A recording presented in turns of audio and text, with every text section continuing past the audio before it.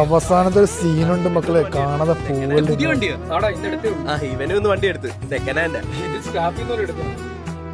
എവിടെയോ പൊളിക്കായിട്ടിരുന്ന വണ്ടിയാന്ന് തോന്നുന്നു. വണ്ടി എത്ര ലക്ഷം ആയടാ? ഒരു 10-14 ലക്ഷം ആയില്ലേ? ഈ വണ്ടിയുടെ വില കേട്ടാ 14 ലക്ഷം. ആ വണ്ടിയെക്കാട്ടി വിലയുണ്ട് ഈ വണ്ടിക്ക്. ഇതിന്റെ അച്ഛന്റെ കാശിനെടുത്ത വണ്ടിയല്ലേ, ഇതെന്റെ സ്വന്തം പൈസക്ക് ഞാൻ തന്നെ അധ്വാനിച്ച് എന്റെ വേർപ്പൊഴിക്കെടുത്ത വണ്ടിയാ. നിന്റെ ലക്ഷറി വണ്ടിയെക്കാട്ടി വിലയുണ്ട്. നീയൊക്കെ പറഞ്ഞ ഈ പാട്ട വണ്ടിക്ക്. എടാ അടുത്ത മാസം 12-ാം തീയതി പെങ്ങടെ കല്യാണോ, നേരത്തെ എത്തണം. അവനൊന്നും കാണാതെ നീ വന്നാ മതി. അളിയാ അല്ലെ ഇവനെ വിളിക്കുന്നില്ല കല്യാണത്തിന്. അവര് പാട്ട് വണ്ടി എടുത്തിട്ട് ഷോ ഇതുവരെ തീർന്നിട്ടില്ല. ഇനി കല്യാണത്തിന് വന്നിട്ട് ഷോ കാണിക്കാനാണ്.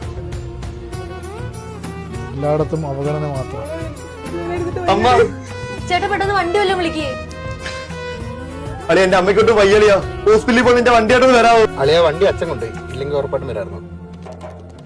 വല്ല ഓട്ടോ എല്ലാം പോലെ പുതിയ വണ്ടി വെക്കണം. അവിടെ ഓട്ടോ എല്ലാം നോക്കിയാ സ്റ്റാൻഡിലാണെങ്കിൽ ഓട്ടോ പോലും ഇല്ല. അളിയ എന്തോ പറ്റി? അല്ലെ അമ്മയ്ക്ക് വയ്യ, ഈ സമയം കൊണ്ട് വണ്ടി ഒന്നും കിട്ടിയില്ല. വണ്ടി കേട്ടാ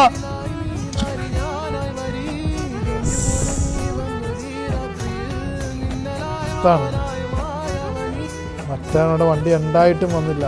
എന്താണ് പറയുന്നത് മക്കളെ? അത്യാവശ്യ ഘട്ടത്തിൽ നാം വിചാരിക്കുന്ന അമ്മയ്ക്ക് മൈനർ അറ്റാക്ക് ആയിരുന്നു, കൃത്യസമയത്ത് എത്തിച്ചുകൊണ്ട് രക്ഷിക്കാൻ പറ്റി.